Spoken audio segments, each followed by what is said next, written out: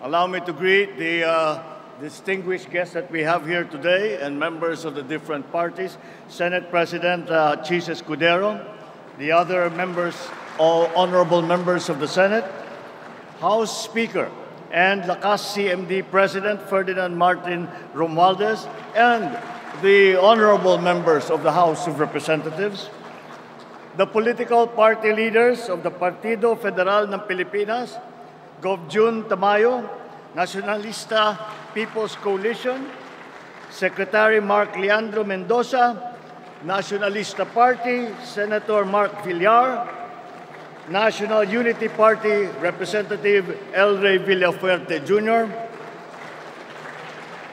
the honorable members of the Cabinet, fellow workers in government, distinguished guests, ladies and gentlemen, magandang umaga sa inyong lahat.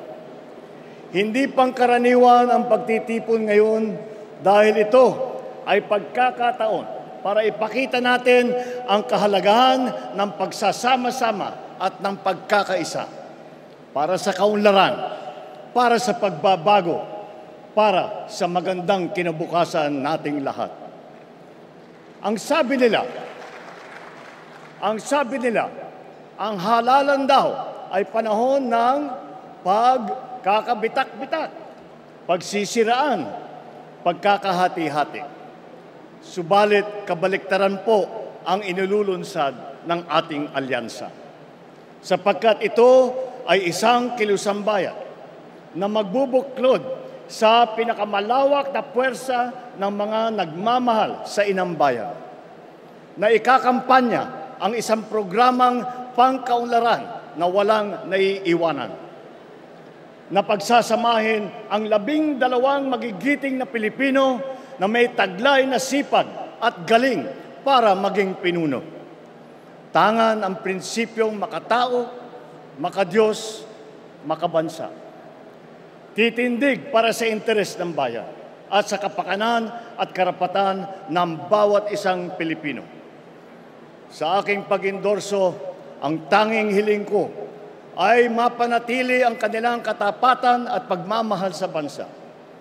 Ito ang pinakamahalagang katangian ng kandidato na aking tinitignan at pinag-iisipan. Kaya naman, mga kababayan, ang mga sumusunod na individual ay kilala natin sa kanilang kasanayan at sa kanilang serbisyo publiko. Ang una sa ating hanay ay matagal na naging alkalde ng progresibong lungsod ng Mandaluyong. Hinalal din siya bilang kongresista at ngayon siya ay ang maagap at mabisang kalihim ng DILG. Mga kababayan, ang ating Mr. Gawa, Hindi Salita, Secretary Benher Abalos.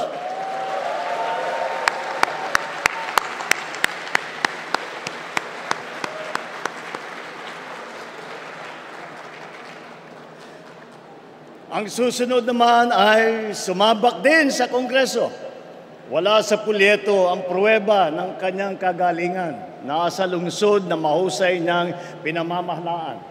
Mga kababayan, Mayor Abby Binay, hindi pwede ang pwede na, dapat better.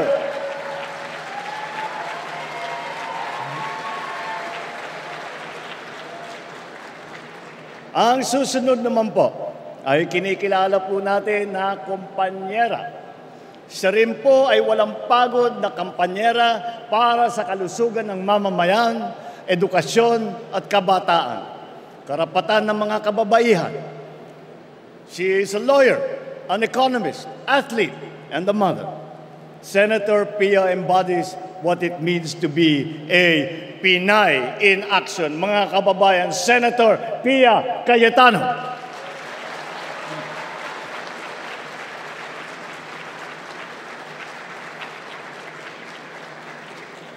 Ito naman ay isang officer and a gentleman na tapat at buong tapang na naglingkod ng lampas 5 dekada sa taong bayan. Anuman ang kanyang sasabihin at gagawin, ito ay laging nakaangkla sa motto ng kanyang alma mater: courage, integrity, loyalty, Isa po siya sa tunay na nagsasabuhay sa mensahe ng aking SONA, ang tama ay ipaglaban, ang mali ay labanan. What is right must be kept right. What is wrong must be set right. Mga kababayan, Senator Ping Lacson.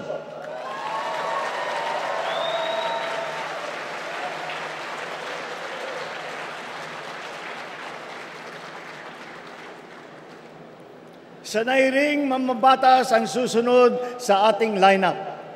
Nahasa bilang vice-gobernador na ngayon ay nasa Senado. Naging gobernador din ng lalawigan niya ng Pampanga. Mga kababayan, ang Supremo ng Senado, Senator Lito Lapid.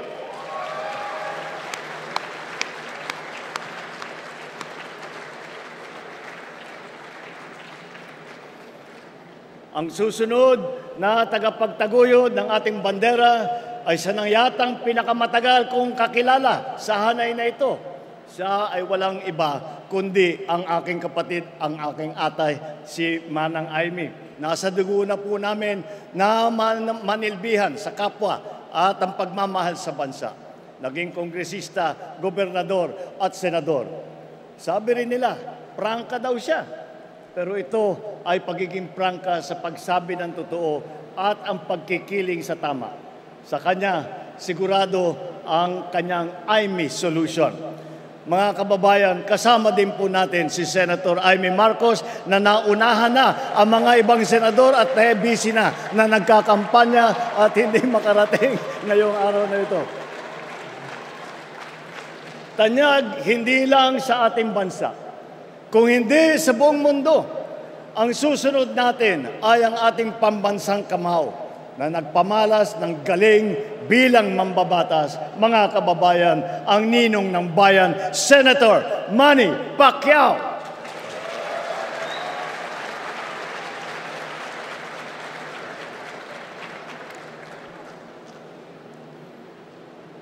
Kilala naman sa marami niyang ginagampanang papel sa iba't ibang larangan.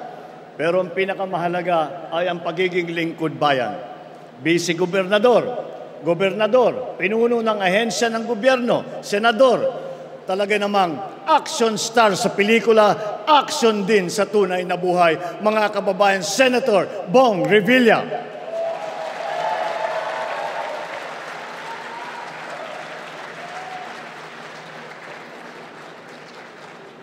Ang ating susunod ay nakapaglingkod ng 24 na taon bilang senador. Kasama natin sa paglalakbay tungo sa maaliwalas na bukas. Mga kababayan, hindi na po nangangailangan ng introduction ang dating Senate President Tito Soto, maaasahan ng pamilyang Pilipino.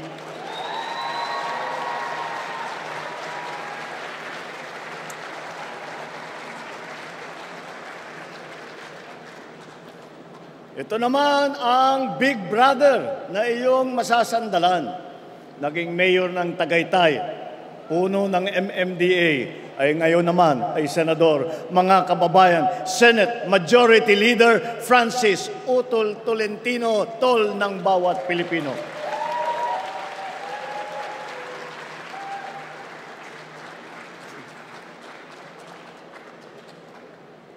Ang susunod kong ipapakilala sa inyo ay isang public servant na noon ay madalas kong masabihan na ang ama ng saklolo. Kasi ang unang bukang bibig ng mamamayan ay itulfo mo. Nanilbihan bilang kalihim ng DSWD na ngayon naman ay membro ng Kongreso. Mga kababayan, Congressman Erwin Tulfo, kakampi ng inaapi.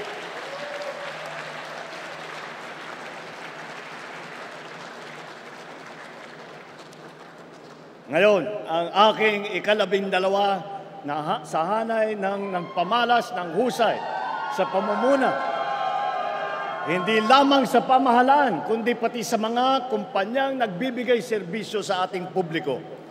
Mga kababayan, Deputy Speaker Camille Villar, ang bagong boses para sa bagong bukas.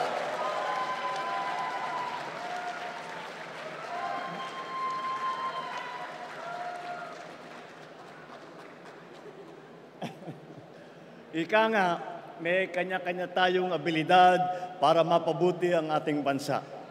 Ngunit, kung tayo ay sama-sama nagbubuklod, mas mapapadaling matupad ang ating mga adikain para sa isang mas magandang bukas. Nasabi ko na rin dati na marami tayong sanay at hasa sa serbisyong publiko. Hindi na po ito bago sa atin. Wala po sa ating hanay, 8 po sa ating hanay ay veterano na senador. Cayetano, Lacson, Lapid, Marcos, Pacquiao, Revilla, Soto at Tolentino. 7 ang may karanasan sa Kongreso, Abalos, Binay, Cayetano, Marcos, Pacquiao, Tulfo at Villar.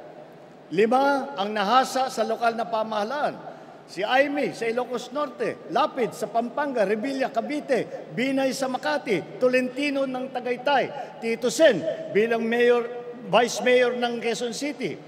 4 din sa kanila ay nagsilbi bilang miyembro ng kabinete.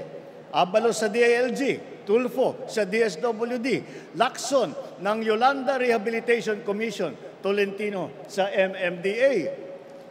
Pagdating naman sa geographical representation, 2 ang tiga Mindanao, Pacquiao ng Bukidnon, Sarangani at Jensan. At si Erwin naman ay lumaki sa Davao Oriental at sa Sulu. Bukod pa ron, ang unang Vicente Soto ay naging senador ay taga Cebu. Ang nanay naman namin ni Aimee ay 100% Waray.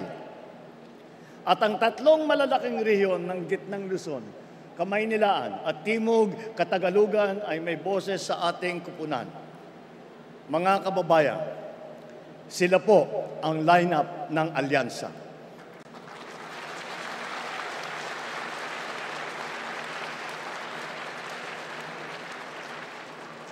Sa kanilang kalidad at karanasan, mataas ang aking kumpiyansa na sila ay ating magiging katuwang sa ating pagsulong at sa patuloy na pag-unlad ng ating bansa. Atin po sila ay samahan at suportahan. Mabuhay po kayo, mabuhay ang ating lineup, mabuhay ang bagong Pilipinas.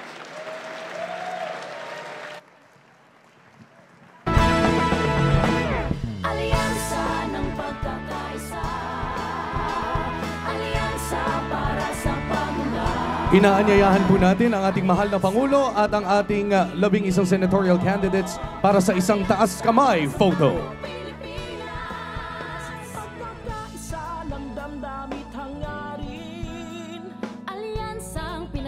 Ng pangarap at adhikain. Sinubok ngunit nanatiling tutok hanggang sa tuktok. Alyansang tutulong. Alyansang tutulong. Isang taas kamay photo mula sa ating Pangulo at ang ating mga kandidato.